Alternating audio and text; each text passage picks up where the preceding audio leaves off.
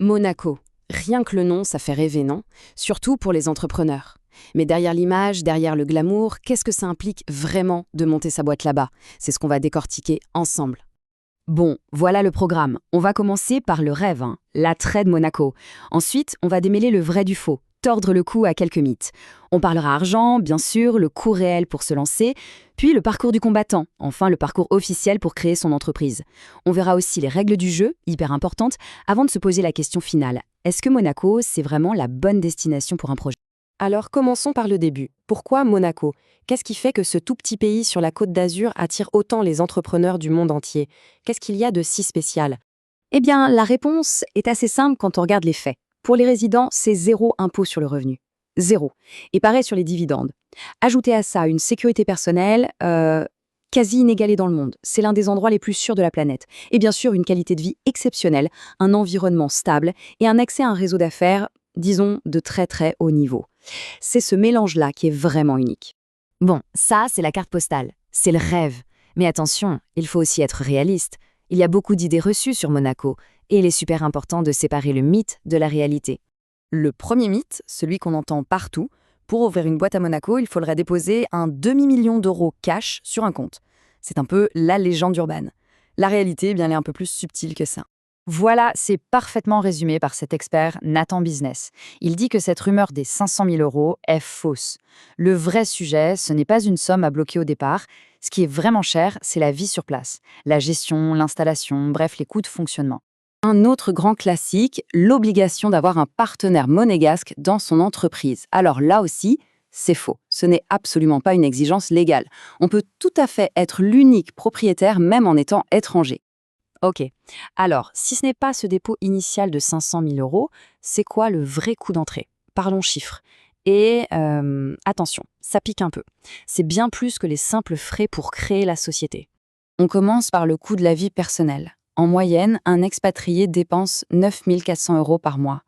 Par mois, ça donne une idée. Monaco est tout simplement le pays le plus cher au monde pour vivre. Et la raison principale, c'est l'immobilier, évidemment.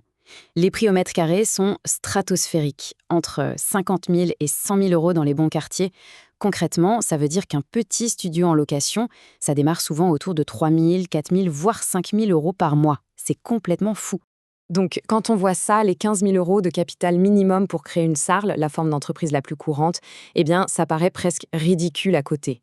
Mais il ne faut pas s'y tromper, ce n'est vraiment que le début, la toute petite partie visible de l'iceberg des coûts professionnels. Bon, maintenant qu'on a parlé argent, voyons le côté administratif.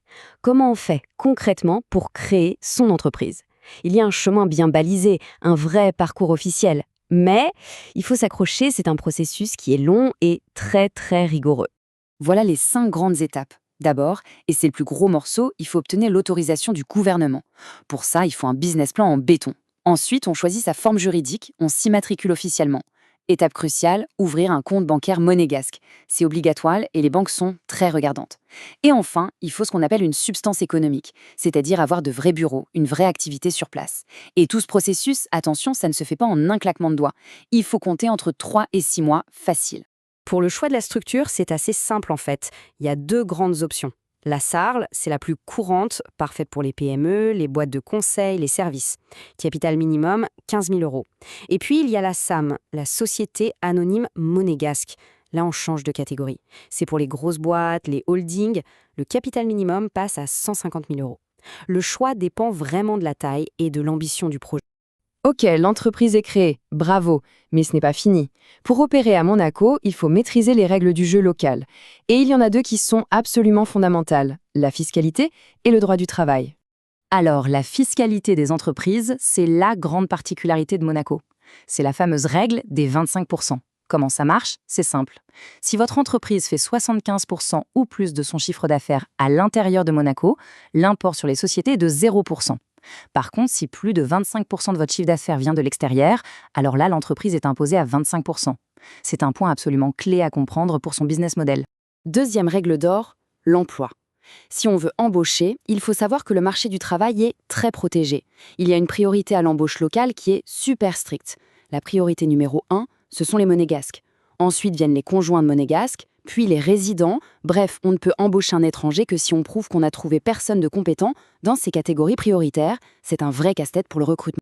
Donc, si on met tout ça bout à bout, les coûts, la paperasse, les règles fiscales, les règles d'embauche, on en arrive à la question à 1 million d'euros. Est-ce que Monaco est la bonne solution? En fait, pour que ça marche à Monaco, il faut cocher plusieurs cases. Typiquement, on parle d'entreprises dans des secteurs à haute valeur ajoutée. La tech, la finance, le luxe. Il faut évidemment être très bien capitalisé pour supporter les coûts. Il faut aussi comprendre que le réseau et la confiance sont essentiels là-bas. Et bien sûr, il faut un business model qui colle avec cette fameuse règle des 25%. C'est vraiment un profil d'entrepreneur bien particulier. Au final, on pourrait résumer ça comme ça. Monaco, ce n'est pas un raccourci facile pour réussir. C'est tout le contraire. C'est un peu comme le boss de fin d'un jeu vidéo. Les récompenses peuvent être énormes, oui, mais le niveau de difficulté est à la hauteur. La vraie question, c'est, est-on prêt à jouer à ce niveau-là?